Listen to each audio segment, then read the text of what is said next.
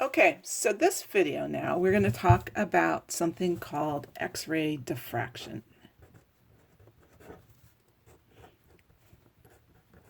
So basically this is essentially an interference diffraction phenomenon that occurs, as we're going to see, in crystalline structures.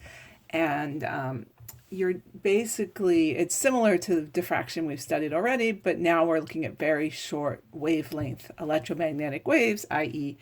X-rays. So just so we remind ourselves, X-rays typically have wavelengths of somewhere between 10 to the minus 8 to 10 to the minus 11 meters. So very short wavelengths here.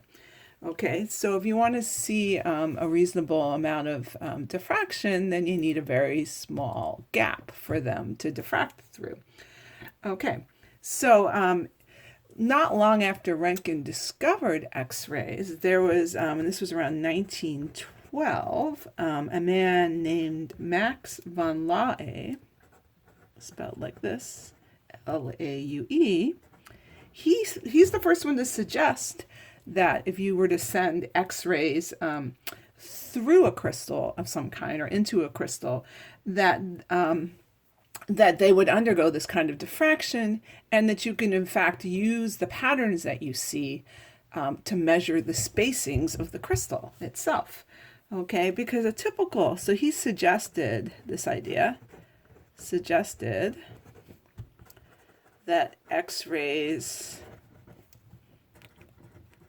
would undergo diffraction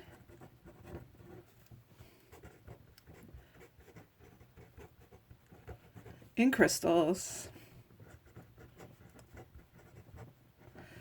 that have a spacing, a typical crystalline spacing of somewhere around 10 to the minus 10 meters or an angstrom in size.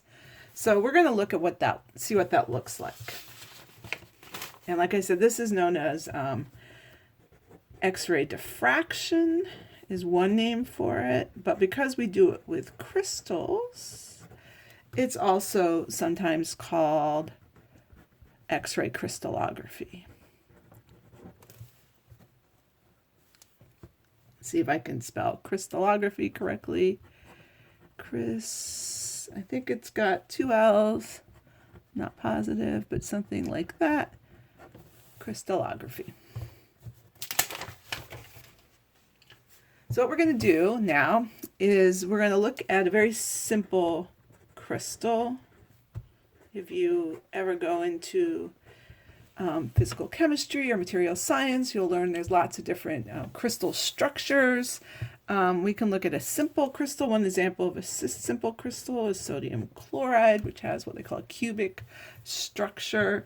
So what that means for us, we're going to just look at it in 2D. It basically has atoms that are evenly spaced in a sort of grid-like structure. Basically, they look like little cubes. Then the atoms are at the corners of the cube. And so the idea is now, if we look at an X-ray coming in to this crystal, all right, and say we have an X-ray that comes in from the top, say at this angle, like this. All right, and just like we'd expect with any kind of material, you're going to get a reflection up here that looks, that basically it comes out right at the same angle it came in at.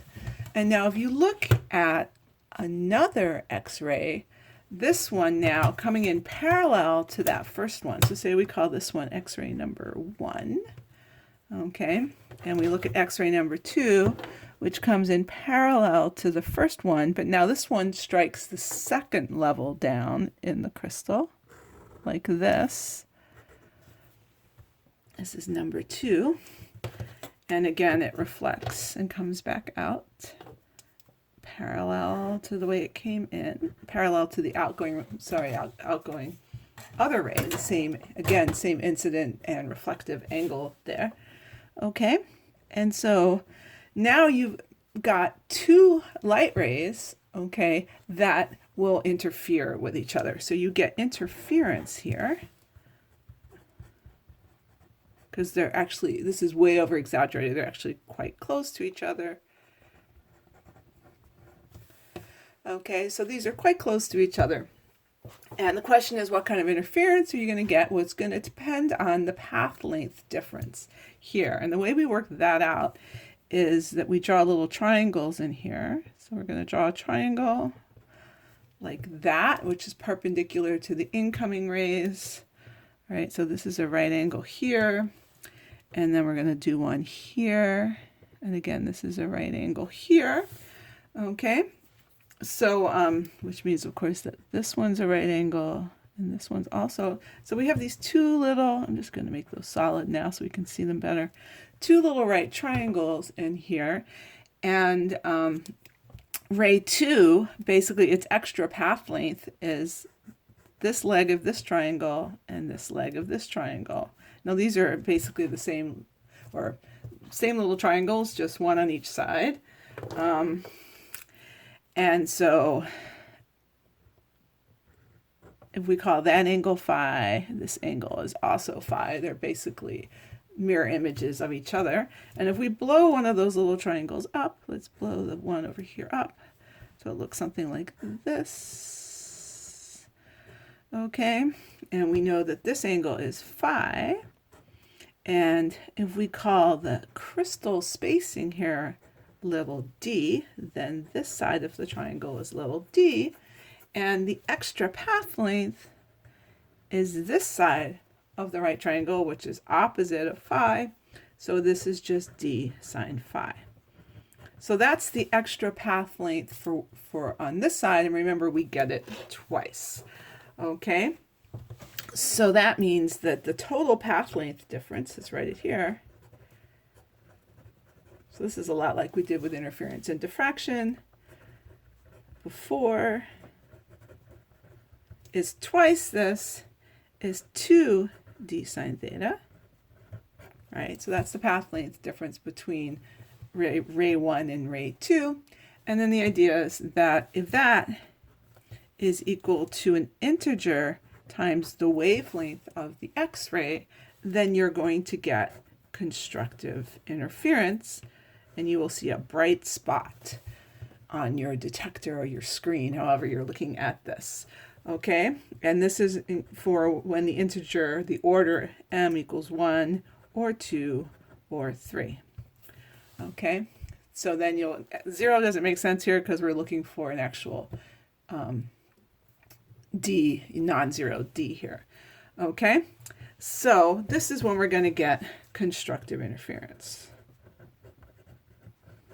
So constructive interference occurs.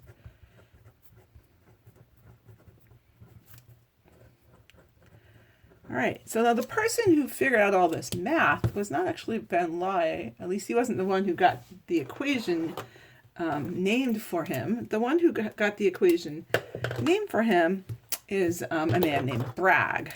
And so this is often referred to as the Bragg equation. I'll write that at the top. I believe that Bragg, actually, there was like a father-son team of scientists named Bragg who worked on this kind of thing. So like I said, so you can do an X-ray diffraction experiment, use this equation or more complicated versions of this equation, and you can determine, if you know the wavelength of your X-rays, the crystal spacing, little d there. So you can measure crystal spacing. Now, one of the tricky things here, so I'm gonna slide this up here. So we'll keep some of this up so we can see it as best we can, like that. Okay, one of the tricky things here is if you go back and think about that crystal again.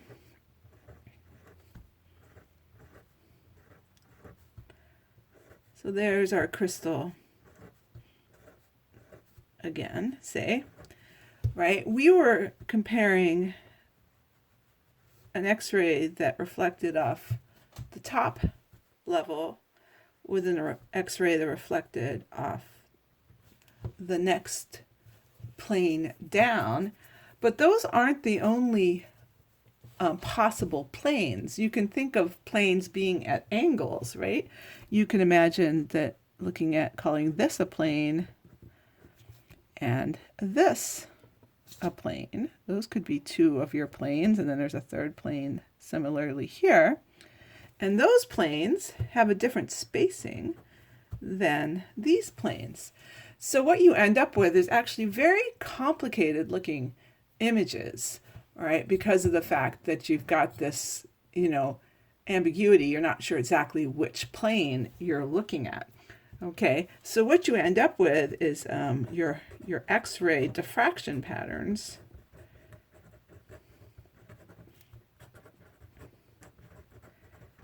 are typically these very complicated two-dimensional. It's basically they're two-dimensional arrays of spots, of bright spots, and so it takes some sort of complicated analysis to actually sort out exactly what's going on there.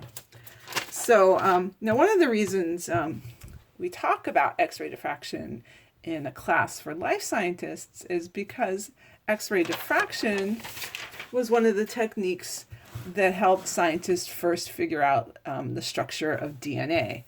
And you may have heard about this. It's a famous story nowadays, so it was less known when I was in school.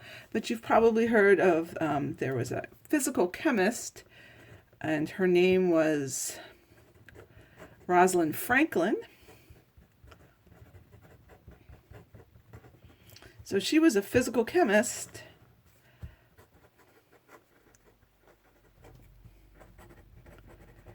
And she was the first person to make X-ray crystallography or X-ray diffraction images of DNA. And so she made these, basically created, devised the technique and put a lot of work into making these amazing looking X-ray diffraction images of DNA, and this is before they knew what the structure of DNA was. And unfortunately, and you're gonna get a chance to see one of those in Canvas. Unfortunately, the two men who were credited with figuring out the structure of DNA, Watson and Crick, they used her images, her very detailed, carefully made images of the patterns that DNA makes, without giving her full credit for all of her work. So, and she unfortunately also died before they were awarded the Nobel Prize, and so she was not eligible to get the Nobel Prize for this discovery. And the important thing to realize is this only works on things you can crystallize. So in the case of DNA, they were able to crystallize it. So anything that can be crystallized, you can do X-ray diffraction on. Since the 1960s, they've been doing something called protein crystallography, where they've crystallized proteins and then been able to look at their structure. So it's a very valuable technique.